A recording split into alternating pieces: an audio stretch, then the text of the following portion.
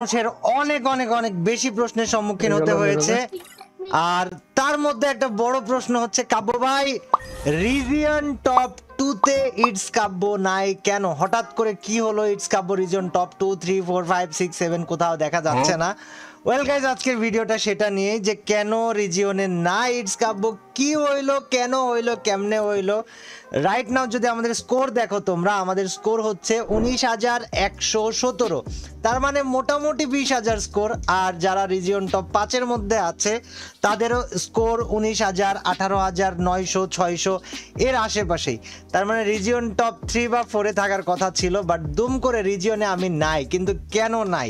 তো গাইস চলো, আজকে স্টোরে একটা নতুন গান দিয়েছে, যেটা হাইপার বুকের ফামাস মিডনাইট সিটিস্কেপ গানটার নাম।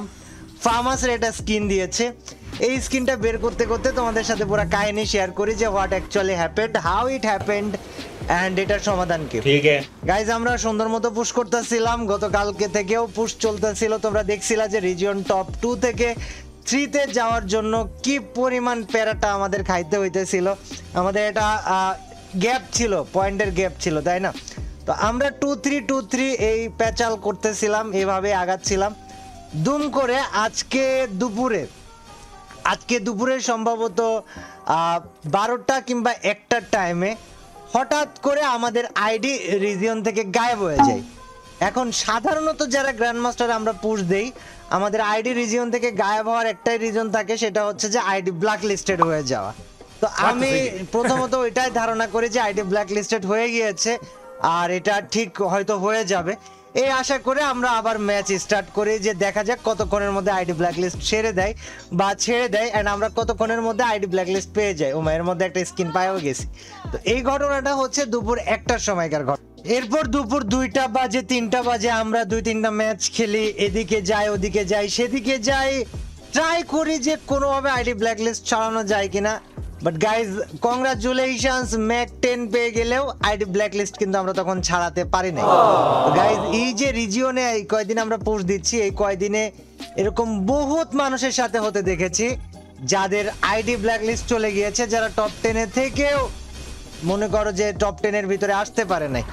And guys again congratulations. এটা কি ফামাস মিডনাইট সিটিস্কেপ? ভাই এটা আবার কি স্কিন? এটাতে পুরো একটা মানে শহরই তুইলা দিছে ফামাসের উপরে। ভাই রে ভাই, বাপু রে, কি অ্যানিমেশন, বাবা রে বাবা, ভাই কড়া এটা অ্যানিমেশন দিছে গাইজ এটা। তো যাক গাইজ, আমাদের আইডির এখন বিস্তারিত যা মানে রিসার্চ করে ঘাটাঘাটি করে বুঝলাম, আইডি পার্মানেন্ট ভাবে ব্ল্যাক লিস্ট হয়েছে, এবং এই ব্ল্যাক লিস্ট এই সিজনে আর ছাড়ানো সম্ভব না। আর যেহেতু আর এই সিজনে ছাড়ানো সম্ভব না, সেহেতু এই সিজনে আমাদের পুশও আর করা সম্ভব না। আর যেহেতু আর পুশ করা হচ্ছে না, সেহেতু গ্র্যান্ড মাস্টারের রিজিয়নে তোমরা আর আমাদেরকে দেখতে পারবে না। এটা হচ্ছে সবচেয়ে বড় দুঃখজনক সত্য কথা।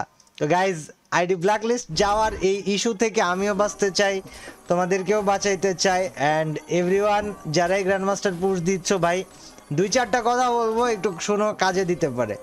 সেটা হচ্ছে, যখনই তুমি গ্র্যান্ড মাস্টার পুশ দিচ্ছ, অবশ্যই যেন একটা না 10টা ম্যাচ বুইয়া না হয়, এটা খেয়াল রাখো।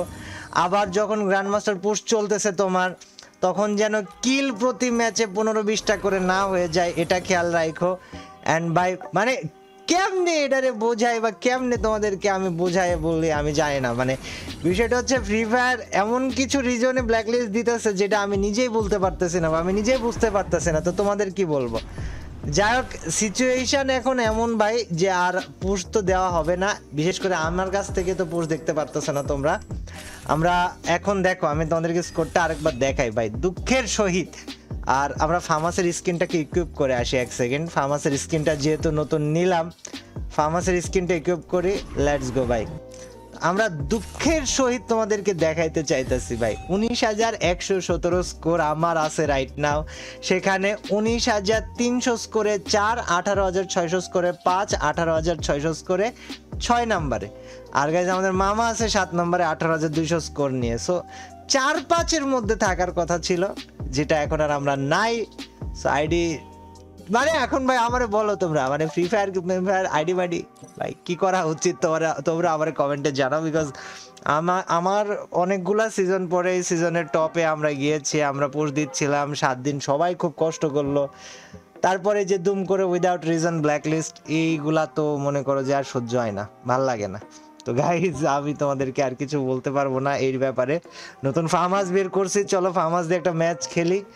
আর তো এইটা ছিল ব্ল্যাক লিস্টের ঘটনা। বাদ বাকি তোমরা আমার জানাও কমেন্ট সেকশনে তোমাদের মতামত অ্যান্ড এভরিথিং।